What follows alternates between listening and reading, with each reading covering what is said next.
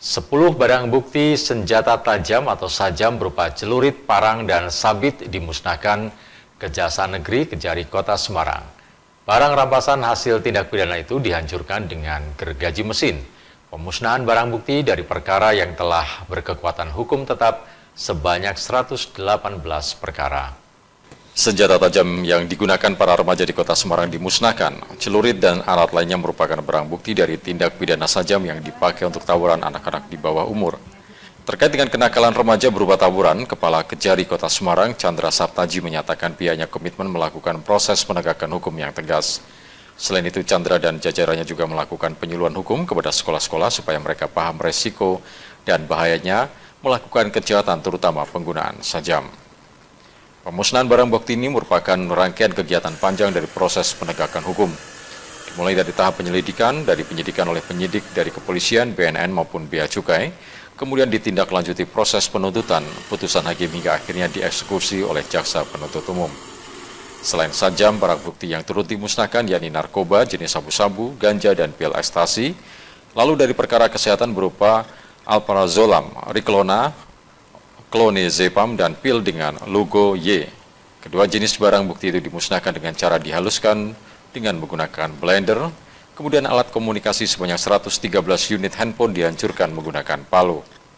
Ada pula barang bukti seperti alat produksi sebanyak 170 unit, uang palsu 112 lembar pecahan Rp100.000, serta kepabeanan terdiri dari 449 karton dan 303 bal rokok berbagai merek tanpa cukai dimusnahkan dengan cara dibakar.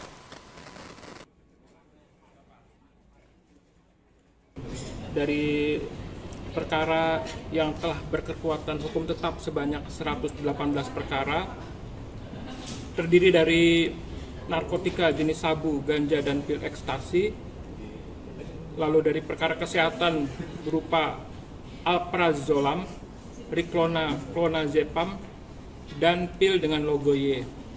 Lalu alat komunikasi berupa 113 unit handphone, alat produksi sebanyak 27 unit, senjata tajam 10 buah, uang palsu berupa 812 lembar pecahan senilai Rp100.000, dan kepabeanan terdiri dari 449 karton dan 303 bal rokok bermacam merek tanpa cukai.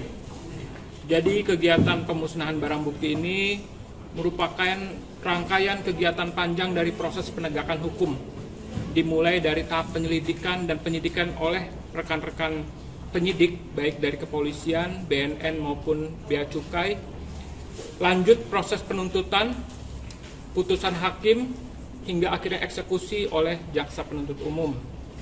Jadi ini bagian dari pemusnahan barang bukti, dan kita berharap ini juga memusnahkan kejahatan yang ada di Indonesia, khususnya Kota Semarang. Termasuk yang sajam itu juga baru ya Pak? Baru-baru. Ada berapa buah Pak? Sajam terdiri dari 10 buah.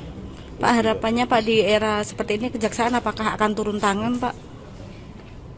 Untuk terkait dengan maraknya kenakalan remaja, terutama perkelahian atau tawuran, dengan adanya proses penegakan hukum yang tegas, kami berharap angka kejahatan akan menurun. Sesuai dengan tupoksi kami, selain kami penegakan hukum dengan hukuman yang tegas, kami juga melakukan penyuluhan hukum kepada sekolah-sekolah supaya mereka paham resiko dan bahayanya melakukan kejahatan, terutama sajam. Karena yang kami lihat sekarang banyak sekali perkara yang masuk kami anak-anak di bawah 17 tahun dan bahkan mengakibatkan korban meninggal dunia.